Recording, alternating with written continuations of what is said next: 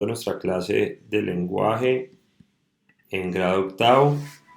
Hoy vamos a hablar sobre el teatro en la época de la emancipación, en la época de la independencia.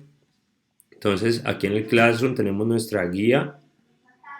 Aquí vamos a encontrar una presentación que nos habla sobre el teatro en la emancipación, en esta época.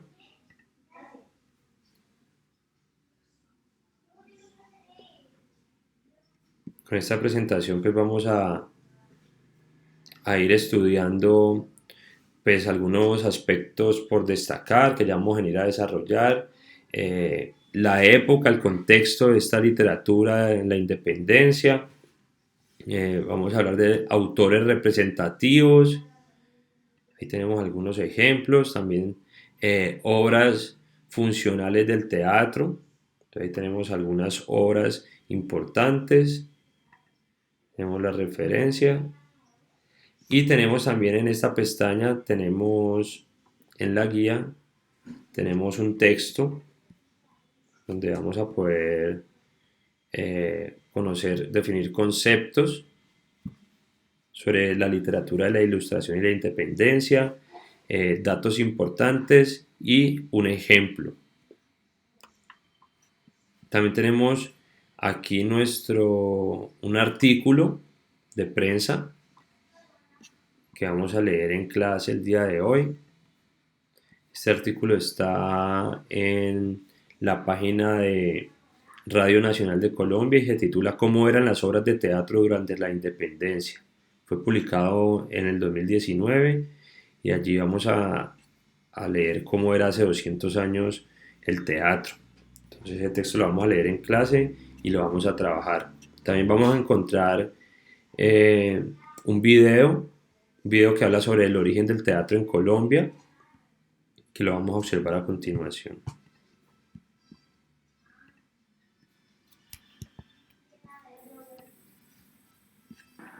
El teatro en Colombia fue instruido durante la época de colonización española, que se dio entre 1510 y 1810. Los españoles llevaban compañía de zarzuela esporádicamente. A finales del siglo XIX y comienzos del siglo XX, el más importante centro teatral de Colombia eran los teatros Colón y Municipal en Bogotá. Edificadas al estilo italiano, el interés por el teatro colombiano se extendió en las ciudades de Colombia en las primeras décadas del siglo XX. Se edificaron diferentes teatros en Cali, Medellín, Popayán y otros centros urbanos, en un proceso que contribuye en la aparición de autores y compañías teatrales. Teatro de la Colonia. Poco se sabe acerca de las manifestaciones teatrales precolombianas de nuestros aborígenes, aunque existen evidencias de la presencia de ceremonias y rituales de corte religioso en los que aparecen danzas y cantos. En la colonia el teatro no tuvo en cuenta esos antecedentes. En la colonia hubo manifestaciones teatrales poco autóctonas y muy bien influenciadas por estilos y temas europeos, con escasa presencia de temas americanos. El teatro de la colonia fue hecho a la manera del que se escenificaban en España. El siglo XVII fue el periodo de teatro español con Lope de Vega, Calderón de la Barca y Tirso de Molina.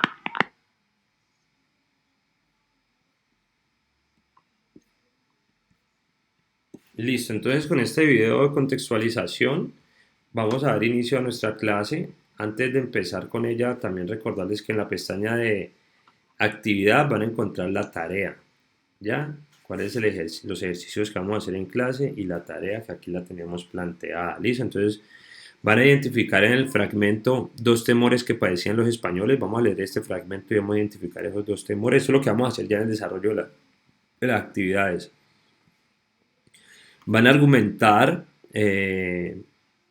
en el Memorial de Torres, que corresponde a un texto no literario cuyo propósito es la denuncia de las injusticias vividas durante la gestación de la independencia.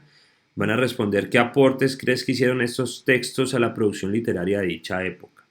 Y también van a imaginar cuál es la respuesta de los españoles al texto de Camilo Torres y van a crear un diálogo teatral que ilustre esa respuesta, ¿ya? Y por último, Van a leer un fragmento de una de las obras representativas de la época de la independencia y van a describir qué rasgos sociales puede estar criticando el autor. Entonces, ese es el resumen de nuestra clase del día de hoy. Ya vamos a pasar a desarrollar cada uno de los ejercicios en clase. Muchas gracias.